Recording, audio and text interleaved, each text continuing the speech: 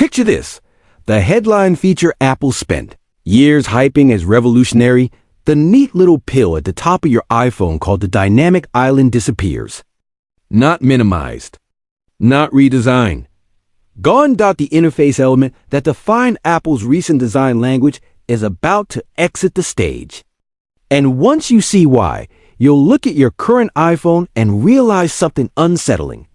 It was never the final form. It was a clever disguise for a compromise. Apple is gearing up to do something it hasn't done since the iPhone X. Rewrote the rulebook in 2017. Something so bold that every iPhone release in the past 7 years will suddenly feel like a prototype. The iPhone 8 and Pro Max isn't just the next model in line. It's Apple quietly admitting what many suspected all along. The dynamic island wasn't the destination. It was a bridge, ingenious, polished, delightful, but still a bridge to a future Apple wasn't ready to reveal. Until now. Here's the breakthrough. Apple has reportedly cracked under display Face ID, not the half-baked versions you've seen elsewhere. Not facial recognition that fails under bright sunlight or makes you repeat unlock attempts in the dark. We're talking about the full true depth system, the dot projector, the infrared camera, the flood illuminator hidden under the screen. Invisible, seamless, always on, always secure. The result is a screen that finally lives up to the promise Apple has been teasing for a decade. No notch, no pill, no visible hardware intrusions. Just a pure, uninterrupted, edge-to-edge display that looks like a single sheet of ink black glass when it's off, and a wall of content when it's on. Think about the journey. Since the iPhone X, the display has always had a caveat attached. First came the notch, big, brash, impossible to ignore. Then the dynamic island, repackaged as a feature rather than a flaw. Apple animated it, made it interactive, integrated it into apps and music and maps. It was smart, it was fun, and yes, it was a brilliant illusion. But it was still a workaround. Now the workaround is gone. There will still be a tiny hole punch for the selfie camera. And if you're wondering why Apple didn't hide that too, here's the truth. Under-display selfie cameras still look soft and hazy because the light has to fight through pixels to reach the sensor. You lose detail, contrast, and clarity. Others tried. Others compromise. Apple doesn't do blurry selfies. So they're keeping one small, fully visible camera that takes great photos and hiding everything else behind the screen. Here's the twist. Leaks suggest that this punch hole may not be perfectly centered. Yes, the company obsessed with symmetry might shift it slightly to the left. Why? Physics. Moving the visible lens frees up optimal space for the array of infrared sensors under the display, ensuring Face ID works instantly and reliably at more angles, in more conditions, with more consistency. And in daily use, the offset vanishes from your attention. During video playback or when the screen is off, it melts into the black panel. This will be the cleanest, most distraction-free iPhone front ever. But the front is only half the story. Flip the iPhone 18 Pro Max around and you'll find one of the most meaningful camera upgrades Apple has made in years. A variable aperture on the main lens. If you're not a camera nerd, here's why that matters. Today, portrait mode on most phones is a software trick.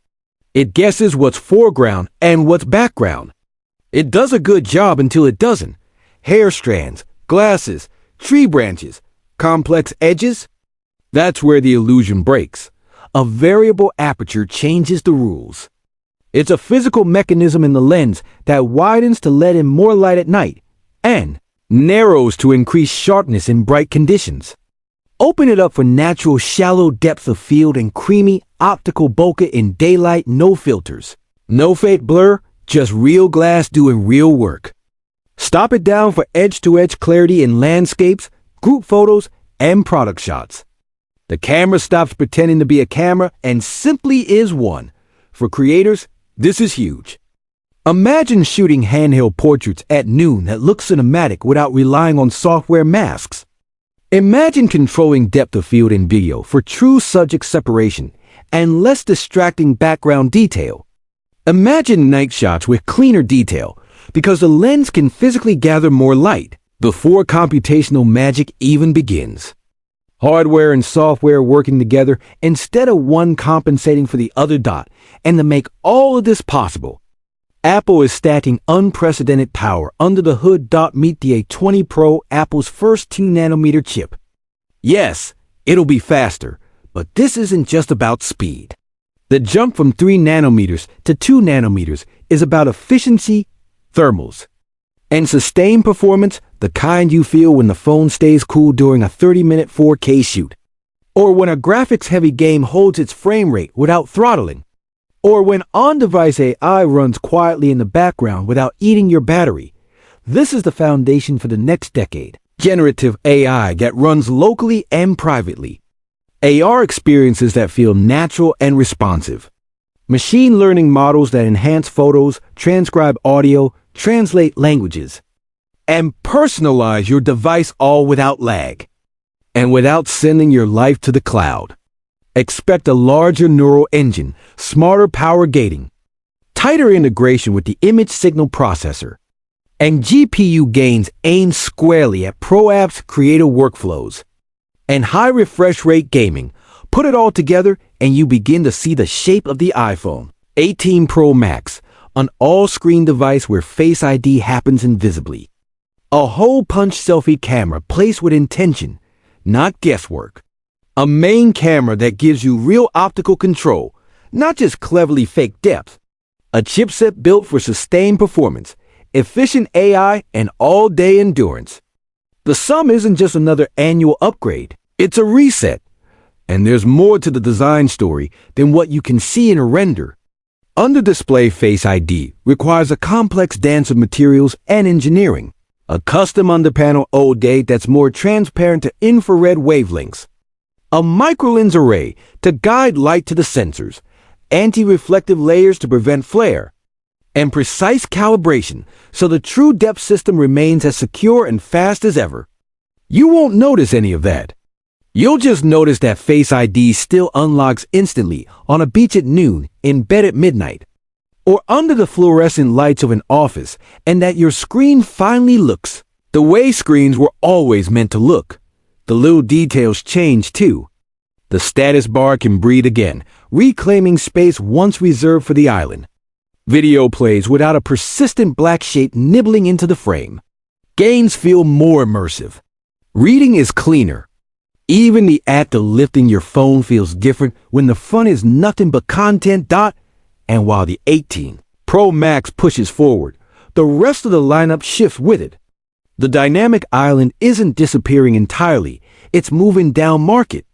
Reports point to the iPhone 17e adopting the island as a premium feature for the more affordable tier. That's Apple's cadence. What was cutting edge yesterday becomes entry level tomorrow. The notch era ends. The era of workarounds ends. The pursuit of visual purity begins. Will the iPhone 18 Pro Max make your current phone feel outdated overnight? Probably, the way the iPhone X did. Because this isn't just a list of new features, it's the removal of compromises. It's the moment Apple stops making the best of a visible inconvenience and starts delivering the device it wanted to build all along. No notch. No pill, no pretense. Just a flawless, uninterrupted display. A punch-hole selfie camera that actually takes great pictures. A main camera with real adjustable optics. And a chip that's not merely faster, but smarter and cooler, ready for on-device AI, real-time AR, and creative workflows that don't slow down. When September 2026 arrives and the iPhone 18 Pro Max lands, you'll feel it, that familiar jolt when the future snaps into focus and the past looks like a dress rehearsal. Because that's what this is. Everything before this was practice. This is the iPhone Apple has been aiming at for years.